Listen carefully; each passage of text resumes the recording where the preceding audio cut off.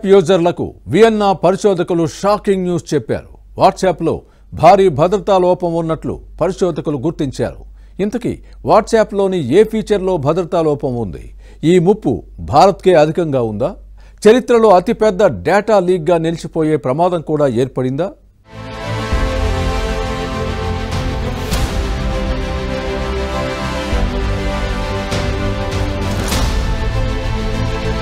కర్ణుడికి కవచకుండలాల మాదిరిగా ఇప్పుడు ప్రతి ఒక్కరి చేతుల్లోనూ మొబైల్ ఫోన్ అతుక్కునే ఉంటుంది. ముఖ్యంగా ప్రపంచవ్యాప్తంగా కోట్లాది మంది యూజర్లు వాట్సాప్కు కనెక్ట్ అయిపోయారు. ఇక వరల్డ్ వైడ్గా ఉన్న క్రేజ్కి తగ్గట్లుగానే మెరుగైన సేవలు అందించడంలో భాగంగా వాట్సాప్ ఎప్పటికప్పుడు కొత్త ఫీచర్లు తీసుకొస్తూ ఉంటుంది. అయితే వాట్సాప్లో భారీ భద్రతా లోపం ఉందంటూ యూనివర్సిటీ ఆఫ్ వియన్నా పరిశోధకులు చెప్పడం ఇప్పుడు తీవ్ర కలకలం రేపుతోంది. వాట్సాప్లో ఉన్న ఈ భద్రతా లోపం కారణంగా ఏకంగా 350 కోట్ల మంది వినియోగదారుల ఫోన్ నంబర్లు, ఇతర ప్రొఫైల్ వివరాలు బహిర్గతమయ్యే ప్రమాదం ఏర్పడింది.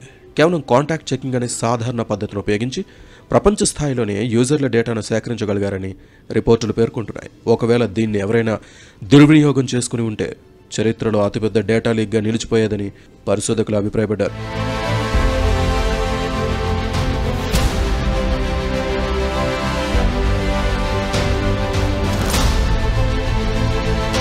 ఈ లోపానికి మూలం వాట్సాప్లోని సాధారణ కాంటాక్ట్ డిస్కవరీ మెకానిజం అనే feature.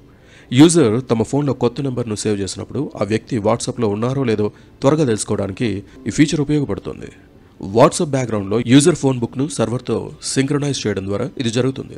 వాట్సాప్లోని contact discovery option పరిమితులైన phone నంబర్ల తనిఖీలను అనుమతిస్తుంది. అంటే సాధారణ వాట్సాప్లో ఎవరినైనా కాంటాక్ట్ చేయడం చాలా సులభం. ఫోన్ నెంబర్ను ఫోన్లో సేవ్ చేసుకుంటే చాలు, వారు వాట్సాప్లో ఉన్నారో లేదో వెంటనే తెలిసిపోతుంది. చాలా సందర్భాల్లో వారి ప్రొఫైల్ ఫోటో, పేరు కూడా కనిపిస్తాయి. వాట్సాప్ సక్సెస్కు ఇదే ప్రధాన కారణం. అయితే ఇదే ఫీచర్ని కొందరు దుర్వినియోగం చేసే అవకాశం ఉందని పరిశోధకులు హెచ్చరిస్తున్నారు. ఎవరైనా ఒక కంప్యూటర్ ప్రోగ్రామ్ ద్వారా కోట్లాది ఫోన్ నెంబర్లను వరుసగా వాట్సాప్లో చెక్ చేస్తే అప్పుడు ఏ నెంబర్లు వాట్సాప్లో యాక్టివ్గా ఉన్నాయో ఆ ప్రోగ్రామ్ పసిగడుతుంది. హ్యాకర్లు లేదా డేటా సేకరించే సంస్థలు ప్రపంచవ్యాప్తంగా ఉన్న వాట్సాప్ యూజర్ల ఫోన్ నెంబర్లు, వారి ఫోటోలు, పేర్లను పెద్ద మొత్తంలో సేకరించే ప్రమాదం ఉంటుంది. వియన్నా పరిశోధకులు కాంటాక్ట్ డిస్కవరీ మెకానిజంను ఉపయోగించి భారీ స్థాయిలో యూజర్ల వివరాలను సేకరించగలిగారు. ఈ టీం కేవలం 30 నిమిషాల్లోనే 30 మిలియన్లు అంటే 3 కోట్ల యూఎస్ నంబర్లను, ఆ తర్వాత ప్రపంచవ్యాప్తంగా బిలియన్ల కొద్దీ నంబర్లను సంపాదించగలిగింది.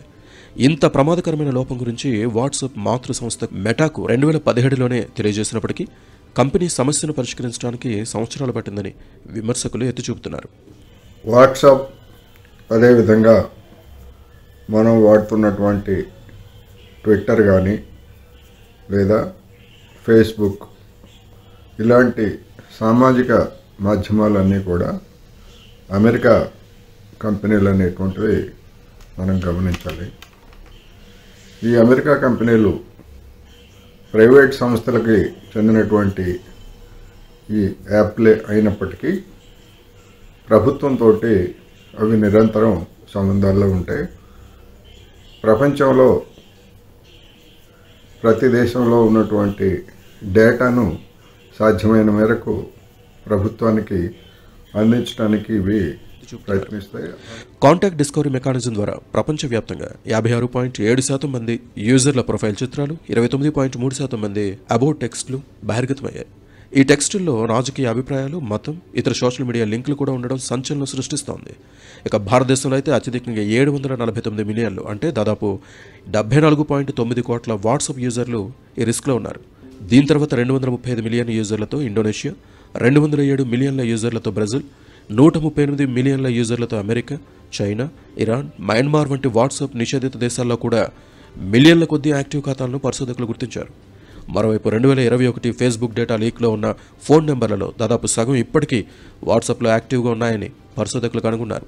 అయితే మెటా మాత్రం ఈ లోపంపై అధ్యయనం చేస్తున్నామని, దాన్ని సరిదిద్దే మార్గాలను అన్వేషిస్తున్నామని పేర్కొంది. అయితే ఇప్పటివరకు ఈ లోపాన్ని ఎవరూ దుర్వినియోగం చేసినట్లు ఆధారాలు లేవని స్పష్టం చేసింది. ఏదేమైనా వాట్సాప్ ద్వారా లీక్ అవుతున్న డేటా సైబర్ నేరగాళ్లకు, స్పామర్లకు, మోసగాళ్లకు ఒక పెద్ద అవకాశంగా మారుతుందని నిపుణులు హెచ్చరిస్తున్నారు.